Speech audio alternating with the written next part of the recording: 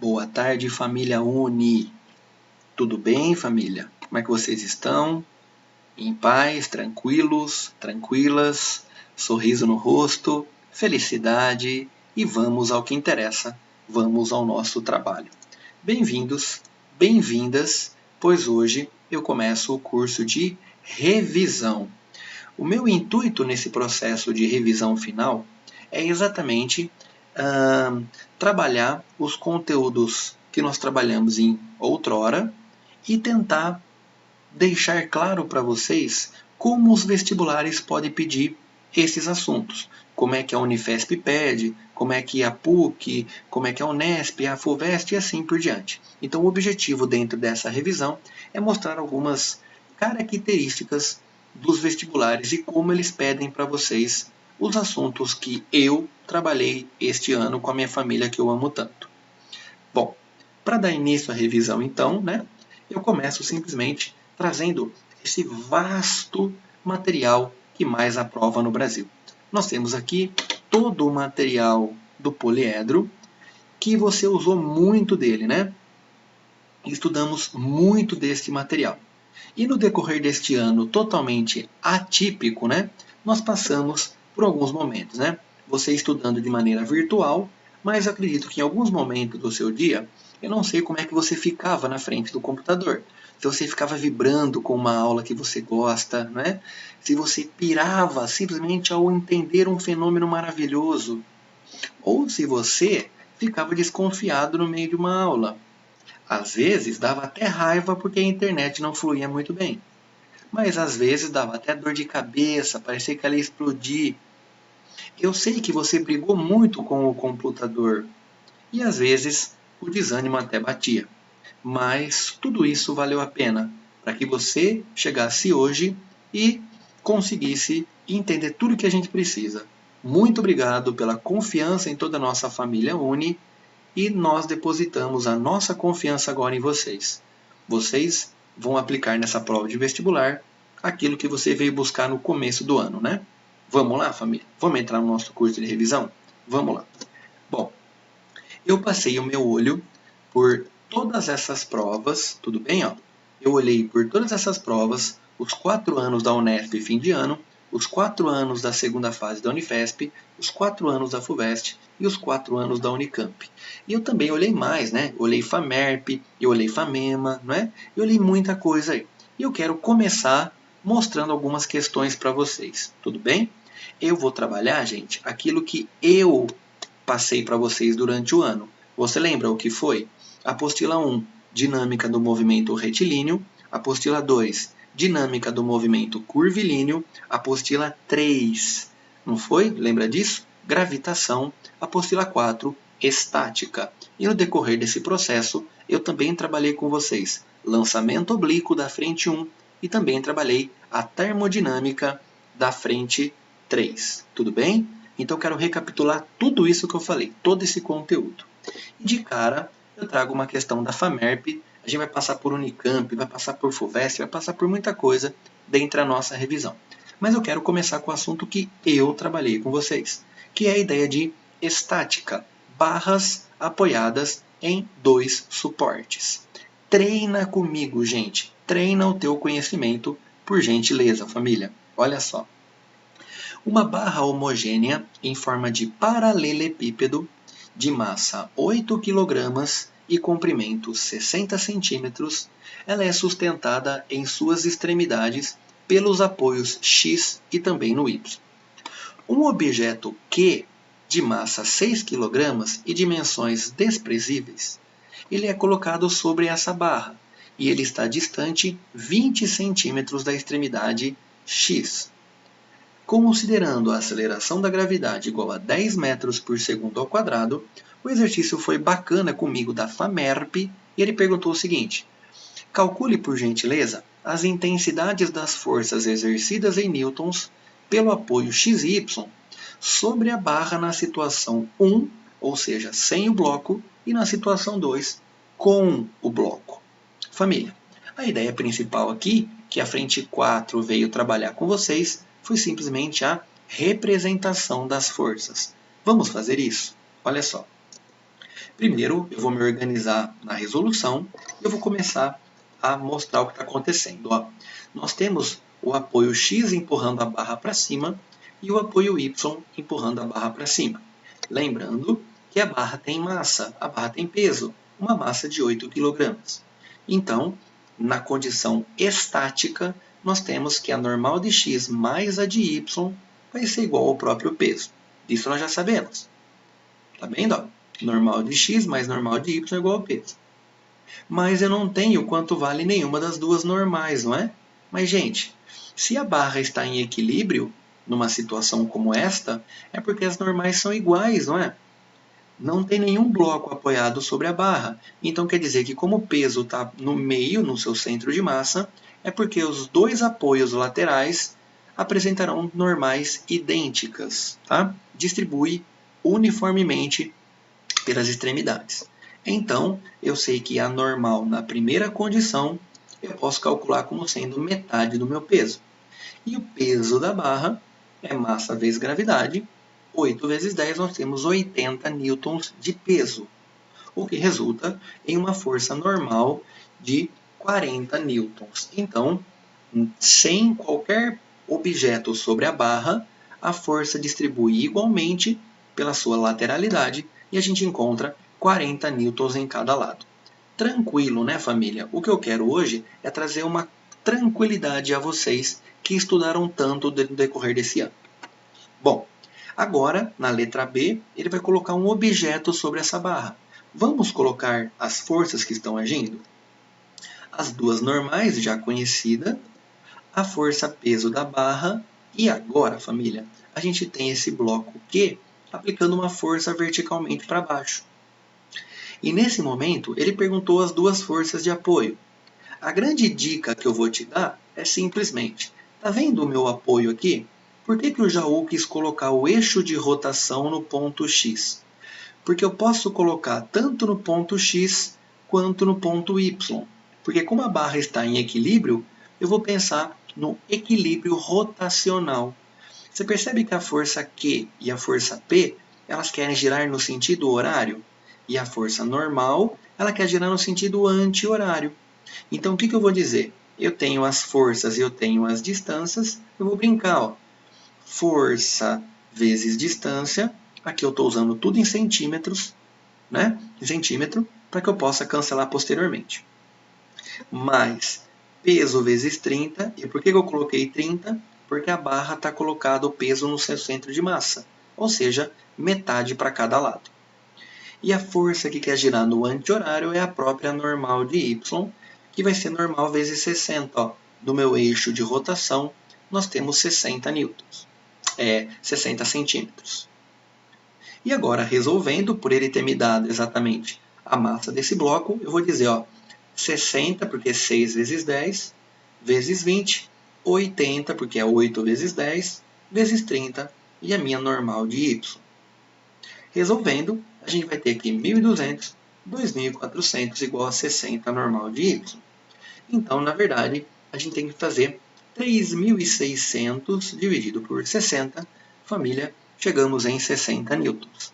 E agora que eu tenho a normal de Y, eu consigo encontrar a normal de X, pois no equilíbrio, apoiado em dois suportes, nós temos que as forças para baixo devem ser iguais às forças para cima. Normal de X mais Y vai ser igual aos dois pesos da barra e do objeto. Chegando então a uma normal de X que eu estou querendo, 60, peso do bloco, peso da barra, peso do bloco. Então a gente tira exatamente esses valores. O que já era de se imaginar, não é, família boa? Porque ó, a normal de X ela é maior do que a normal de Y. Isto porque o objeto está mais perto de X e mais longe de Y. O objetivo de trazer esse exercício para vocês foi só para mostrar que depois que você representa as forças e conhece a matéria, o seu êxito é garantido na questão. Tudo bem? Então eu espero que isso aí tenha chegado para você de maneira clara e límpida. Tudo bem, família? Essa é a característica da FAMERP, já conversados em outro momento com vocês. Mas essa questão eu não havia resolvido. Vamos para a próxima, porque o que interessa é a gente evoluir no nosso curso. Família, ainda apoiado na apostila número 1 da nossa revisão da frente 4, eu quero resolver uma questão da Einstein com vocês. Eu quero comentar essa questão. Lembrando que a Einstein, a FAMERP, a FAMEMA e assim por diante são vestibulares feitos pela instituição chamada VUNESP, ou seja, elas apresentam basicamente a mesma cara, a mesma ideia. Vamos lá. As figuras mostram um trabalhador transportando duas caixas A e B de massas 30 kg e 40 kg respectivamente, sobre um carrinho de massa 10 kg. Na situação representada na figura 1, ele está empurrando o carrinho para frente com uma força constante de 20 newtons. E já na situação representada na figura 2, ele está puxando o carrinho para trás com uma força horizontal constante. Então você percebe que na primeira figura ele está empurrando o carrinho e na segunda figura ele está puxando o carrinho. Ele pede para a gente o seguinte. Na letra A, ele fala para você o seguinte. Calcule o módulo da força em newtons aplicada pela caixa B sobre a caixa A. Cuidado que ele quer a força de contato entre eles. Tudo bem, gente? Tome um extremo cuidado com tudo isso. E agora, o que eu vou fazer para resolver isso aqui? Simplesmente isso aqui, ó. Cuidado, olha só. Vamos embora? Vamos lá. Primeiro, gente, eu vou representar as forças no objeto. Vamos lá? Eu vou separar os blocos, aquilo que você já sabe faz muito tempo, e eu vou representar as forças que estão agindo nele. Tudo bem? Tudo tranquilo? Eu vou representar as forças que estão agindo nele. E a partir de agora, que eu sei as forças que estão agindo nele, eu posso simplesmente entender a dinâmica do processo. As forças respectivas, pesos e normal. E agora vamos lá. A força, que o bloco está sendo aplicado no bloco B, de 20 newtons. E a partir de agora, o que está acontecendo entre o bloco A e B? Família, nós temos os pares ação e reação, não é? Nós temos a força do corpo B empurrando o corpo A reagindo e empurrando o bloco B para trás. Como ele perguntou a força de contato, primeiramente eu preciso achar a aceleração. Então vamos lá. Eu vou pensar no sistema inteiro como um todo. Não se esqueça que o carrinho também entra na jogada. Vamos lá. Então a força que o cidadão está aplicando de 20 newtons, aqui nós temos, olha que bacana, massa do sistema 30 mais 40 mais a do carrinho, tá vendo? Os dois blocos acrescidos do carrinho. E a gente encontra a nossa aceleração do sistema como sendo 1/4, 0,25 metros por segundo ao quadrado.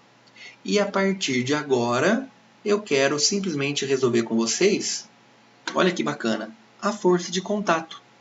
E eu vou pegar, é lógico que o bloco A é mais rápido.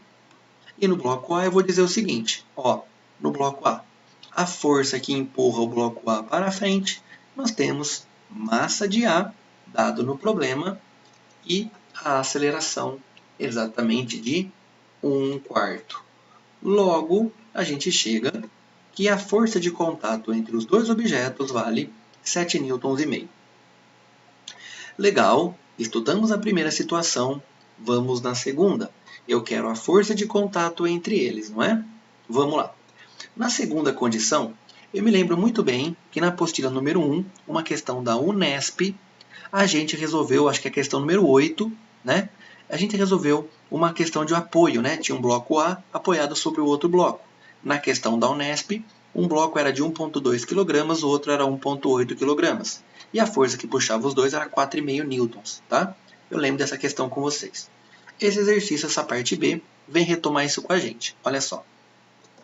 Vamos isolar os blocos, vamos representar as forças, e você percebeu que aqui eu coloquei a normal de A mais a normal de B, que corresponde a esse peso total, Esse peso que está sendo empurrado para baixo, vai ser igual a minha normal aqui dos dois blocos.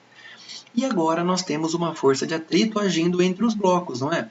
Pois o cidadão está puxando para a direita, a tendência do bloco A é deslizar para a esquerda e ele não desliza porque a força de atrito está em contato entre eles. Mas enfim, eu vou olhar para o bloco A e vou falar isso aqui. Quem que está puxando o bloco A? Quem está puxando o bloco A é simplesmente a força de atrito. É ela que acelera o bloco A para a minha direita. Então eu vou dizer isso aqui, ó. A força resultante sobre o bloco A, que é massa vezes a aceleração, vai ser a própria força de atrito quem está acelerando o objeto A para a direita. Tá indo, família? Então, olha o que eu vou dizer, ó. Eu vou dizer que a minha normal do bloco A, quem que ela é? Ah, é mg. E agora, como a gente já está fazendo faz muito tempo, família, eu tenho isso aqui, ó. Massa vezes a aceleração do bloco A, isso é igual a coeficiente de atrito vezes a minha normal do bloco A. E aí a gente encontra... Ô, Jaú, por que você não pegou o bloco B? Porque o bloco B está apoiado aqui, ó, beleza? E vai dar um pouquinho mais de trabalho para calcular esse valor. O bloco A é muito mais rápido. E a gente encontra simplesmente uma aceleração de 6 metros por segundo ao quadrado. Mais uma vez, é o segundo exercício que eu resolvo com vocês, lembrando que se você representar as forças que estão agindo, tudo fica mais fácil. Controlar o som aqui, melhorou. Tudo fica mais fácil. Beleza, família? Suave. Vamos para o próximo? Vamos lá? Vamos para o próximo? Vamos lá, gente. O próximo envolve um conteúdo, né, sobre gases, né? Tudo bem que a gente vai dar abertura para a termodinâmica, mas essa parte de gases, quem trabalhou com vocês foi o nosso grande maestro, né, o Yuri, né, a parte da frente 3. Mas eu só quero retomar com vocês, porque a gente usa muito gases na aula de termodinâmica que eu lecionei para vocês. Tudo bem? Então, a minha ideia foi trazer essa questão só para mostrar para vocês a preparação para a aula de termodinâmica, para a gente resolver exercício de termodinâmica.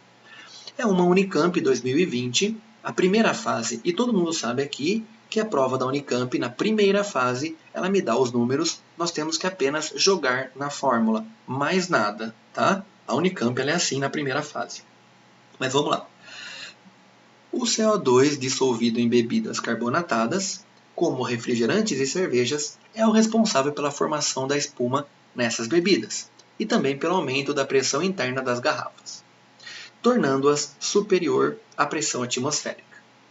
O volume de gás no pescoço, naquela parte vazada, né, que tem ar apenas, né, no pescoço da garrafa de uma bebida carbonatada, a 7 graus Celsius, equivale a 24 ml.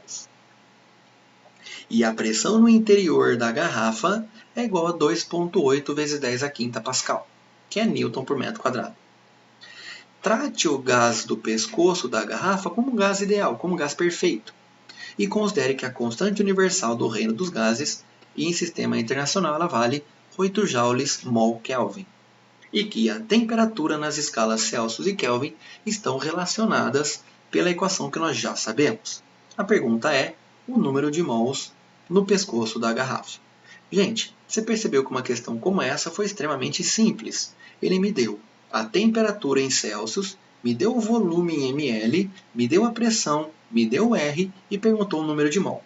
Basta a gente simplesmente aplicar na equação de Clapeyron, o que nos nos prepara para a gente chegar na aula de resolução de termodinâmica. Família, só tem um grande detalhe. A Unicamp adora brincar com unidade. Toma cuidado, escreva isso. A Unicamp gosta de unidade. Se atente a isso. Então, eu vou transformar ml em Sistema Internacional de Unidade. Então, eu sei que 1 metro cúbico equivale a 1000 litros. Então, 1 litro, 10 a terceira ml, não é? 1000 ml.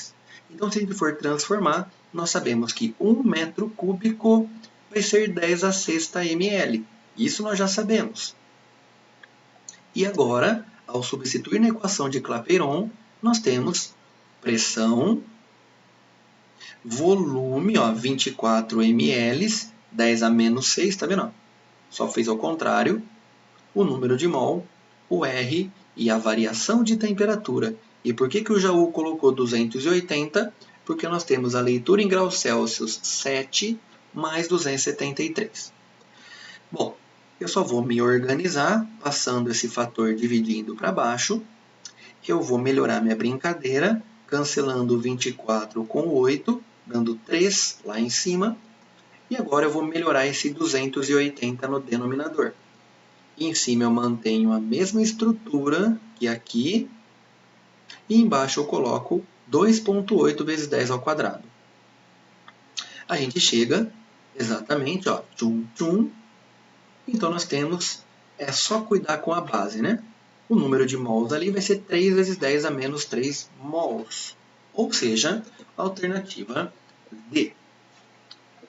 Tudo bem, gente? Agora que a gente já se preparou, que a gente já entendeu gases, beleza? O gás ele é muito importante para a ideia de termodinâmica.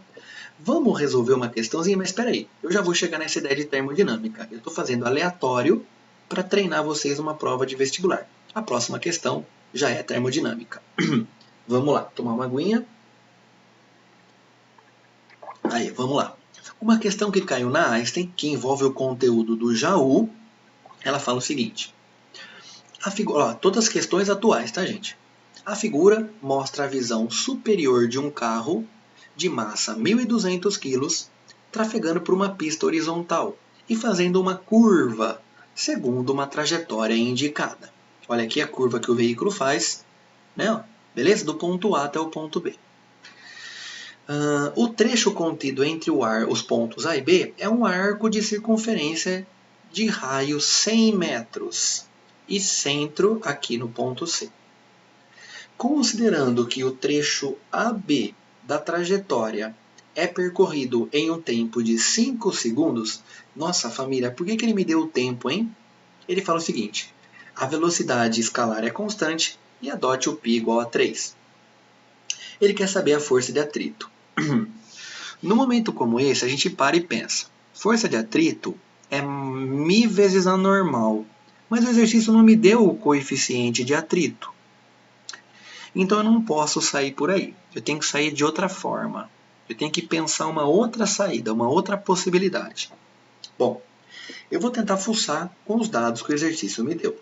Lembra que quando um objeto, um veículo, está fazendo uma curva, a força de atrito estática na lateral, né, no pneu lateral ali, ó, você vai ter sempre apontando para o centro da sua curva. E a gente fala que a força centrípeta está sendo como a resultante, que aponta para o centro. Então, eu vou dizer que a força de atrito é a própria resultante centrípeta. E agora, eu vou começar a brincar, tá vendo? Massa vezes a aceleração centrípeta. E o que eu vou fazer agora, atenção que a FUVEST e a Unicamp adoram fazer isso. No lugar da aceleração centrípeta, você substitui quem que ela é. Tudo bem até agora. Mas no lugar do V, lembra lá a matéria do Andrezão? Do nosso mestre Andrezão? Da frente 1? Lembra que V, ele é ômega R. V é ômega R, tá vendo? Ó, ômega R, ou seja, eu tenho que descobrir a angular. E a hora que eu elevar os dois ao quadrado, eu posso cancelar o raio, tá vendo? Pronto. Então eu estou dizendo para vocês que para que você encontre a força de atrito, antes eu tenho que descobrir a minha angular. Por isso que o exercício me deu o ângulo e o tempo. Por quê? Porque velocidade angular é a variação do ângulo pelo tempo. E neste caso, o ângulo variado corresponde a 60 graus, ou seja, π sobre 3. E o tempo, 5 segundos. Chegando, simplesmente, em uma velocidade angular de π sobre 15 radianos por segundo. Encontrando esse valor que nós acabamos de achar, eu posso terminar o exercício encontrando a força de atrito. Força de atrito vai ser massa vezes a velocidade angular ao quadrado π sobre 15 ao quadrado vezes o raio, que vale 100. Bom, o exercício me falou que o π vale 3. Então, na verdade, aqui nós temos 3 sobre 15, que corresponde a 1/5. Tá? 1/5. E esse 1/5 está ao quadrado. E a gente chega nisso, né? 1 sobre 25. E eu cancelo o 25 com o 100, sobrou 4. E 4 vezes 1.200, 4.800 newtons de força de atrito. Alternativa C. Família, eu espero que tenha, pelo menos isso esteja te ajudando, tá? Eu tentei pegar exercícios que envolviam os conteúdos que eu trabalhei com vocês para revisar, tudo bem? Bom, como eu falei, vamos agora para uma de termo? Vamos lá? Vamos fazer uma de termodinâmica aí? Vamos lá, família, olha só. Uma questão da segunda fase de 2016 da Unesp, tá? Uma das medicinas mais concorridas do estado de São Paulo. Determinada massa de nitrogênio, que está em azul, ela é armazenada a 27 graus dentro de um cilindro fechado e em sua parte superior por um êmbolo móvel que apresenta um objeto de 100 kg sobre ele. Ó.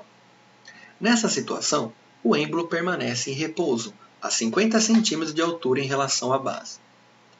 Aí ele fala assim, o gás é então aquecido a pressão constante, até que a temperatura chegue a 67 graus Celsius, de modo que o êmbolo sofra um deslocamento vertical chamado de ΔH.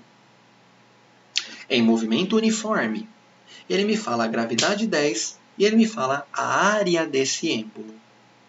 Sabendo que a pressão atmosférica tem tal valor, ele pede duas coisas. Na letra A, que seria a letra A, né, a primeira parte, calculem o módulo, né, da força vertical que o gás exerce sobre o êmbolo nesse deslocamento de movimento uniforme.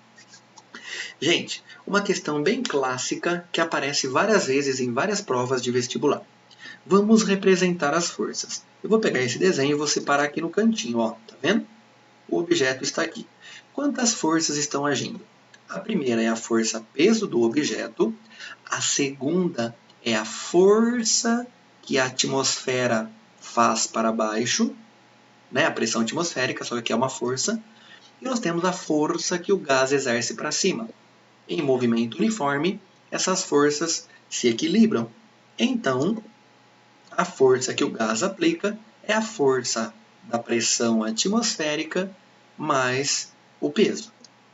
Bom, força pode ser escrita como sendo pressão vezes a área, não é? Pressão é força pela área. Então, força é pressão vezes a área. O peso, né? A gente sabe que vale 100 vezes 10, né? Ó, peso do bloco, 1.000 kg. E aqui, pressão atmosférica vezes a área. Só que eu coloquei aqui, ó, a área, tá vendo? Eu transformei para metro quadrado, tendo que transformar e multiplicar por 10 a menos 4. Resultando em 2.000 newtons de força que o gás aplica de baixo para cima para manter o êmbolo em movimento uniforme verticalmente. E agora, a segunda parte do problema, ele pergunta para mim o trabalho realizado por essa força. Bom, como é que a gente calcula trabalho? É pressão vezes a variação de volume. Eu teria que saber esse ΔH. Bom, vamos procurar, né, gente? Eu sei que do começo até o fim eu posso aplicar a lei geral dos gases. Perfeito? Ele falou que é isobárica a pressão constante. E eu vou brincar, ó. O que é volume? Volume é área da base vezes altura. Volume é área da base vezes altura. E eu posso cancelar a minha área da base e ficar assim, ó. Quanto que é a altura do primeiro? Meio metro, ó, 50 centímetros, tá vendo? A altura do primeiro êmbolo, 50 centímetros, meio metro. A temperatura no início vale 27 graus Celsius transformados em Kelvin. A altura 2 é a altura total, que eu vou procurar no caso, dividido pela temperatura em Kelvin, 67 graus Celsius mais 273. Fazendo a minha matemática, a gente encontra que a altura 2 ela vai dar um valor de, tá vendo? Ó, multiplicou os dois, vai dar Tá vendo? Cortando zero, nós temos 17 sobre 30. Mas essa altura é a altura total. Mas como eu quero só a variação da altura, o ΔH, eu sei então que ΔH é a subtração dessas medidas. Eu subtraio esses dois valores de meio, porque é meio metro, tá vendo? Meio metro. A gente encontra 1 sobre 15 metro é o ΔH. E agora a gente finaliza com maestria, né, família?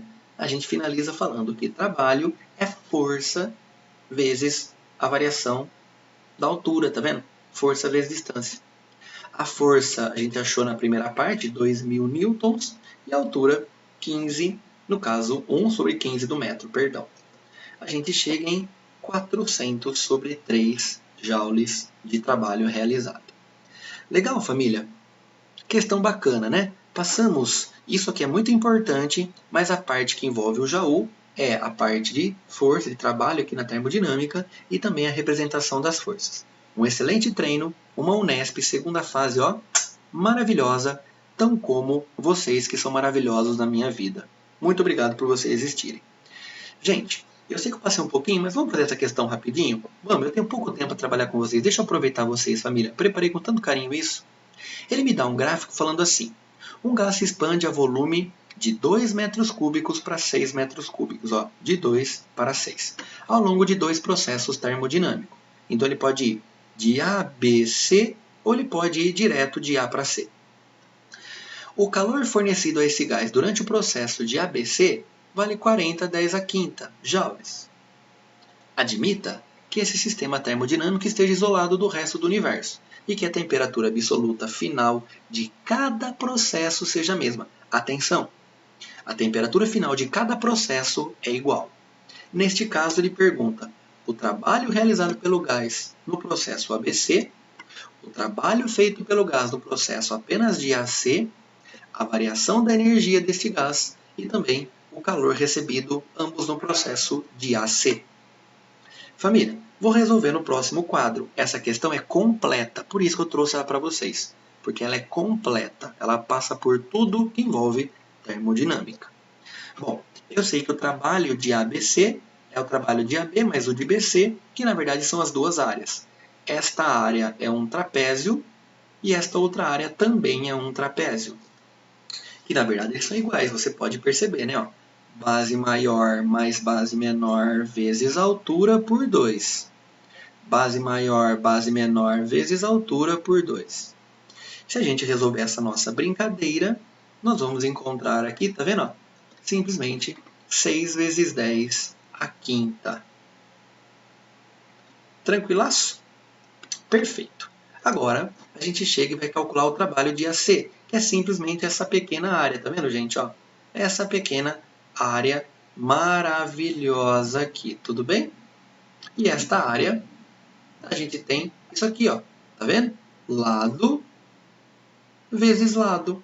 Então, ó, 1 vezes 10 a quinta vezes 4 metros cúbicos. E a gente encontra o trabalho de AC de 4 vezes 10 a quinta. Legal, bacana, gostoso e, ó, maravilhoso. O exercício pediu mais duas coisas. O calor de ABC é o trabalho de ABC, variação de energia de ABC. Mas você percebe que eu coloquei no calor de ABC o trabalho aqui, ó. Por que eu coloquei? Na verdade não, né? O 40 vezes 10 a quinta. O 40 10 a quinta, o exercício me falou lá no problema, lembra?